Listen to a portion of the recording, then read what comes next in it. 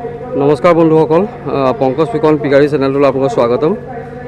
বন্ধুসকল, আজি চবতকৈ ভাল দিন আমাৰ, যিহেতু সদৌ অসম গাহৰি পালক সন্থাৰ আজি গাহৰি পালক সন্থাৰ সহযোগত লখিমপুৰত। আহকচোন বন্ধুসকল, আজি আমাৰ মিটিংখনত কি কি গৃহীত হ'ব, আমি কেনেকৈ কৰিম, গোটেইখিনি খবৰ আপোনালোকক মই জনাই আছোঁ। আহকচোন ভিডিঅ'টো আৰম্ভ কৰোঁ। বন্ধুসকল, সেয়া দেখিব পাইছে আমাৰ সকলো জিলাৰ পৰা এয়া গাড়ী সহকাৰে সকলো আহি ইয়াতে উপস্থিত হৈছেহি। এয়া চাওক, খুব সুন্দৰকৈ তেখেতসকলে লাইনিং ৱাইজ লাইনিং ধুনীয়াকৈ গাড়ীখিনি পাৰ্কিং কৰিছে। এয়া চাওকচোন, যিহেতু আমি লখিমপুৰ পালোহি ৰাতি 2টা বজাৰ পৰা এয়া আহি অৱশেষত লখিমপুৰ উপস্থিত হৈছোঁ। আমাৰ পতাকা উত্তোলন অলৰেডি হৈ গৈছে। চ' চাওকচোন, আমাৰ খুব সুন্দৰকৈ পালক বন্ধুসকলে আমাৰ পতাকাখন খুব সুন্দৰকৈ গাড়ীত দুইফালে দেখিব পাইছে আপোনালোকে, খুব সুন্দৰকৈ লৈ আহিছে। এয়া চাওকচোন। চ' আহকচোন, মই আপোনালোকক ভিডিঅ'টো দেখাই আছোঁ। এয়া হৈছে আমাৰ ইয়াৰ ভিতৰতে আমাৰ গোটেই সন্থাৰ পালকসকল একত্ৰিত হৈ পেলাই আমাৰ যি আজি সভা আছে, সভাখন অনুষ্ঠিত হৈ আছে। তো আপোনালোকক মই দেখাব চেষ্টা কৰিছোঁ। এয়া আমাৰ শ্বহীদ অৰ্পণৰ এয়া পতাকা উত্তোলন হৈ গ'ল অলৰেডি। আপোনালোকক মই দেখাব চেষ্টা কৰিছোঁ। এয়া চাওক, স্মৃতি অৰ্পণ অলৰেডি আমাৰ এয়া গাহৰি পালক সন্থাৰ বগাৰ ফ্লেগত সদৌ অসম গাহৰি পালক সন্থা লেখা আছে আৰু খুব ধুনীয়াকৈ আমাৰ চিম্বলটো দিছে। চিম্বলটো দি পেলাই এনেকৈ বনাইছে তেখেতসকল। আহকচোন, মই ভিডিঅ'টো আপোনালোকৰ ভিতৰলৈ লৈ যাবলৈ চেষ্টা কৰিম, যিহেতু আমাৰ ইয়াতে মিটিংখন আৰম্ভ হৈ আছে। চ' আহকচোন, মই ভিডিঅ'টো আৰম্ভ কৰোঁ।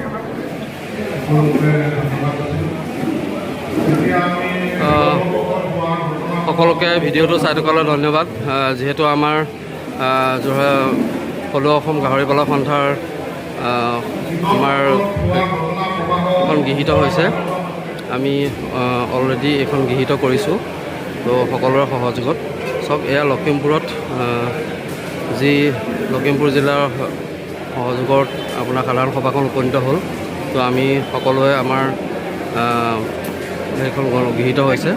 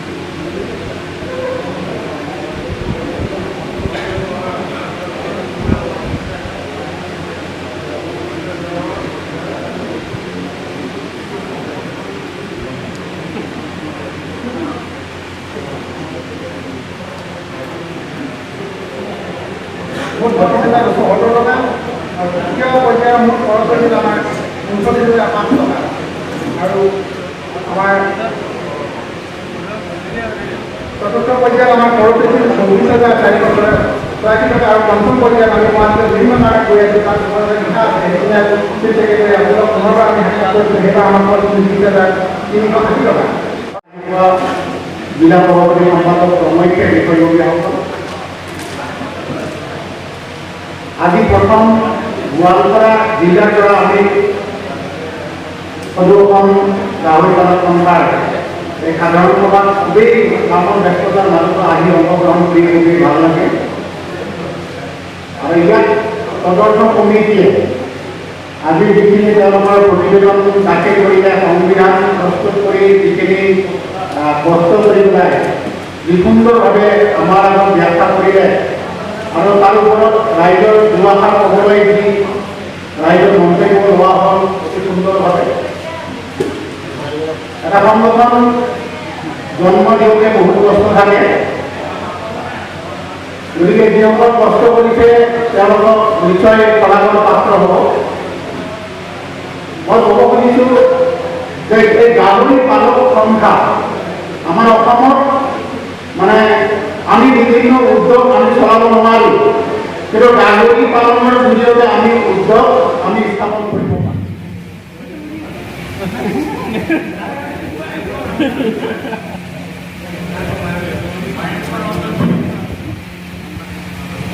তিনিচুকীয়াৰ প্ৰতিনিধি সহকাৰী সম্পাদক আৰু এজন সহকাৰী সম্পাদক বিশ্বনাথৰ মনোজ নেৱাৰ আছেনে?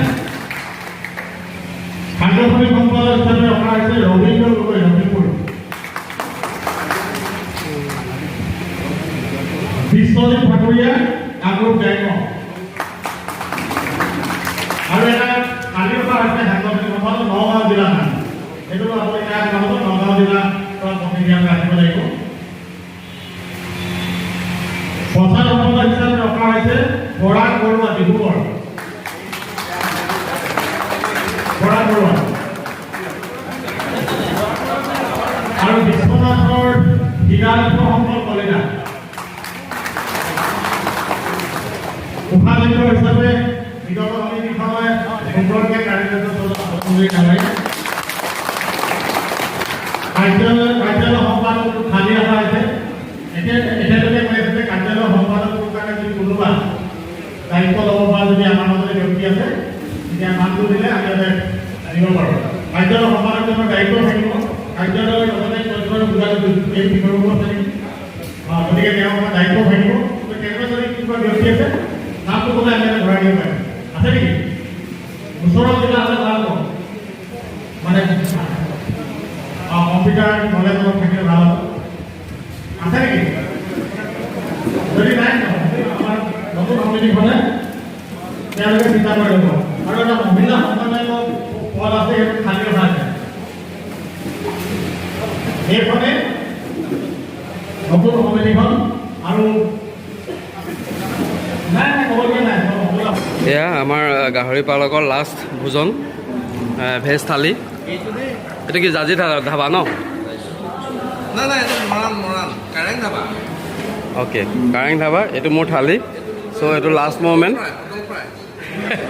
পৰ্বল ফ্ৰাই ঠিক আছে বাৰু। তো সকলোকে ধন্যবাদ জ্ঞাপন কৰি মোৰ এই ব্লগটো ইমানতে সমাপ্ত কৰিছোঁ। ধন্যবাদ। Thank you very much for ৱাচিং মাই ভিডিঅ'। Thank U.